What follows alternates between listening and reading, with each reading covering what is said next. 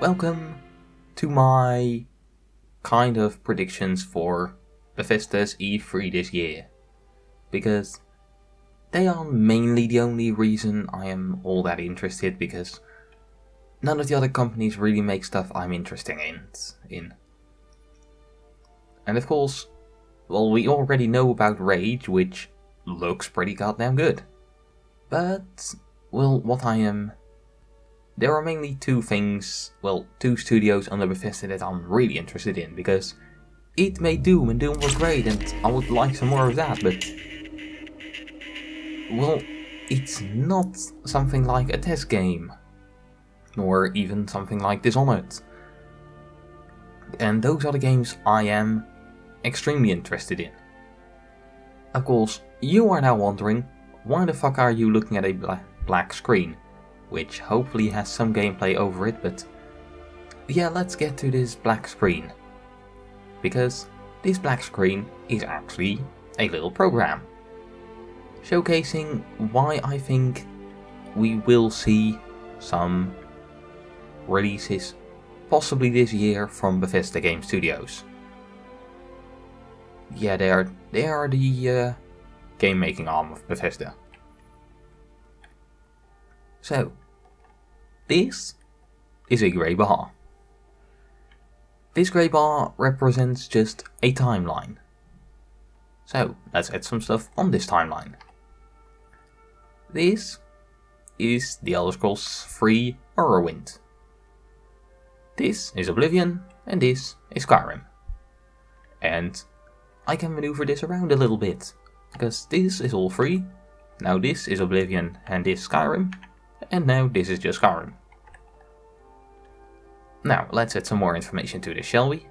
Because, well, if we look at this, then one trend seems to emerge, because this is this year's E3. And here's the trend that emerges. It keeps on taking longer for test games to come out. But let's add Fallout games to this, shall we? This is Fallout 3, and this is Fallout 4. No, I did not put New Vegas on it. Not because I don't think it counts, but it's not a Bethesda game. Now, what also emerges? Well, for one, some other games were released in here, some racing games, but I don't know those. So, let's take it with just starting from Oblivion. And it seems to take longer, and now this bar seems uncomfortably short, doesn't it? Especially when you compare it to last year. Now why do you think that they didn't announce anything? So yeah, back to this year. Now let's add the DLC to this. Now I have no idea what these DLC are called all, but Dawnguard, Halfire, and Dragonborn, and Automaton. The smaller lines are the workshop items, then this will be Far Harbor, and this will be Nuka World. Now, it seems like this gap is a lot. Well, they took a lot longer for all the DLC for Skyrim to come out than they did for Fallout 4. Which might have something to do with the quality, I don't know. And now the distance between all these two and this is less absurd, but it's still actually pretty large. And it becomes a lot more fitting actually when you take the E3 of next year. This seems about right, doesn't it? So yeah, what's my prediction for this year? I don't think they'll be announcing a test game this year, which will be really sad because, well, that would be nice. I would personally really hope for Test 6 elsewhere, even though I really don't think that's going to happen. If I predict anything, then it will either be Test 6 Hammerfall or Test 6 High Rock. I think High Rock is... I mean, people all talk about the fucking desert, but it's a fucking desert. It's not really... What's so special about a fucking desert? Now, High Rock actually has a really interesting thing about it, because one, it's not a place I think we have really been, and there has been a spin-off game set in the Archaea Desert. I have no idea which one that was called. It was not a mainline test game, it was some strange spin-off. And it was in the really early days, and of course we also now have ESO that is in Hammerfall, in High Rock, but yeah, I think High Rock actually has a pretty high chance because home of the Breton, okay, humanoid, so pretty similar to stuff we know. Alright, cool, that seems to be something they're going for at the moment. It's also the home of the Orc. I mean, the Orc live everywhere, but Ossima, just basically the capital of the non-existent land of the Orcs, is in High Rock. At least if I'm not completely fucking up my lore, but yeah, I'm pretty sure that's in High Rock. So we have two races and a land we have not really been, with a lot of, I think, fancy magic that can be done there. Just a lot of cool stuff can be done in High Rock, I think. So yeah, if we're not going to get something as outlandish as Test 6 Black Mars or Test 6 elsewhere, then I'm hoping for Test 6 High Rock. But I don't think, well, for one, we won't be getting it anytime soon. If I have to predict anything, then I would guess that we get it maybe somewhere around here, so we would get it in spring 2019. That's my prediction for when the next game comes out. Of course, I'm not predicting that the next game they'll bring out is a test game. I actually think it will be the Starfield that we have heard stuff about but haven't really seen anything from. There are two reasons why I think that.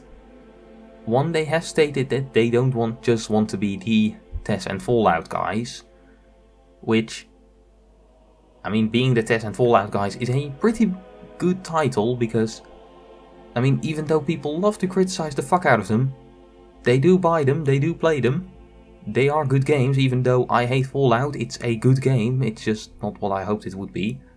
But yeah, they don't just want to be the guys for Tess and Fallout.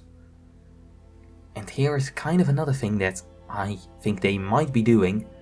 They might be doing a big rework or complete remake or just completely switching the engine it runs on.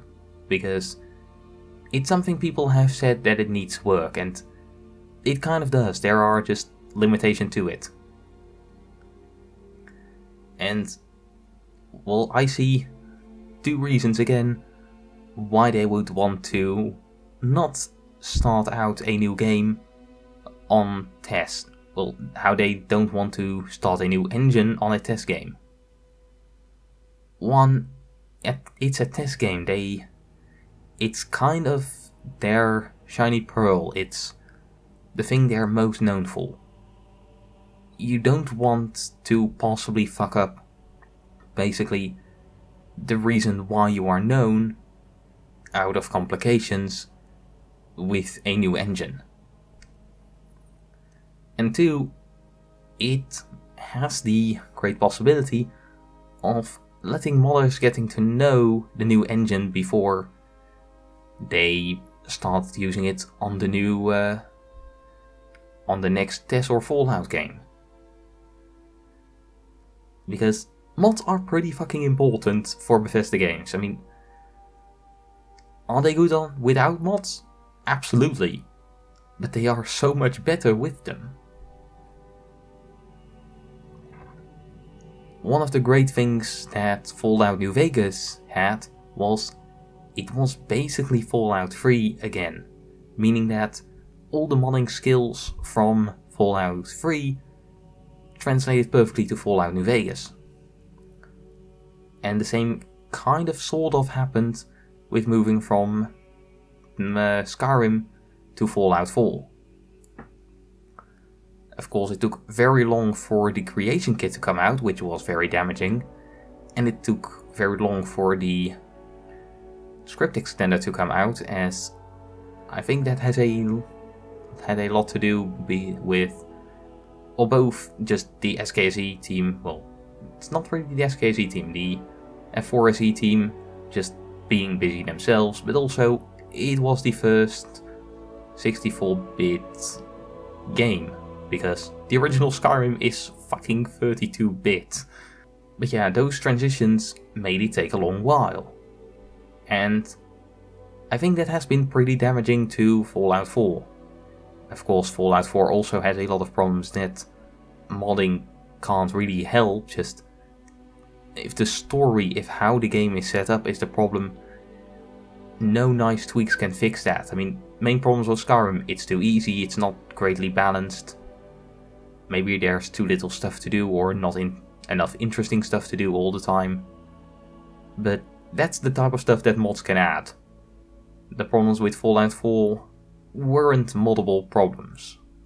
But yeah, so I think they will bring out Starfield, or whatever it was exactly called.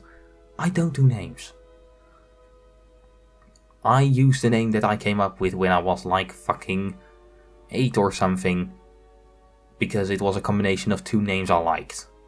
But yeah, so I predict that this year we will see Starfield, and then spring next year we will get it released. I predict that it might run on a new engine, and that it's also a large part testing that new engine and just letting the modders get their hands on it. And I also predict that it will have a creation club. Now, am I very pro creation club? Not really, I've criticized it a lot, but I mean, if it just has a creation club, that really is not that bad. It's content that Bethesda will check, and it will be kind of weak DLC. I mean, will it be mods? Well, what's the fucking difference? Honestly. What is the difference between Valska and Dawn Guard? The difference is, one is free, the other one isn't. One has very consistent quality, that would be Dawn Guard, and one is a bit more imaginative, but has some... Well, one dude has a bad mic. I mean, it's a non-issue, but it exists. And with the Creation Club, well, I mean, it's not great, and I haven't personally spent money on it, but I don't have a problem with it, and especially, well, compare it to what other companies are doing to make more money. They are doing things like loot boxes, or live services. Yeah, I really, just compared to that, the Creation Club is pretty good. That is something I worry about though. Is Bethesda going to try their hands on a live service? Because that's the main worry I have here. New IP. There are no rules set for how one of those games is set up, how the monetization for that is done. It can be a multiplayer focused game with live service things in it. Do I think that will be the case? No. But it could be. And that's what I don't like. I don't like that possibility. Lucifer basically compiled my thoughts about this year's E3 for Bethesda really nice. Looks interesting, or interested, but worried, but interested, but worried, but interested, but worried. And yeah, that's the case. I think we'll see some very cool stuff this year. I mean, I think we'll probably see some DLC maybe for Prey, or some side story for Prey, or something like that, or I don't know, maybe something else that the Prey team that Arcane Studios is working on. Although maybe they have they are just making something and don't really have anything to show, which could be the case. I wouldn't have a problem with it. Maybe they'll bring out another mobile game, because so far their mobile games have also been pretty fucking good. Just Elder Scrolls Legends. Is it a great game? I don't know. I just don't have a lot of views on the on collectible card games, but it's something I do play. And oh, what the fuck is that Vault game called? But it's fun. It's just a fun, dumb game. I think we'll see some cool, interesting stuff at Bethesda's E3. I also think that... Well, I don't think, but I worry that they might do some shady stuff. I don't think they will, but they might, and I don't like that might.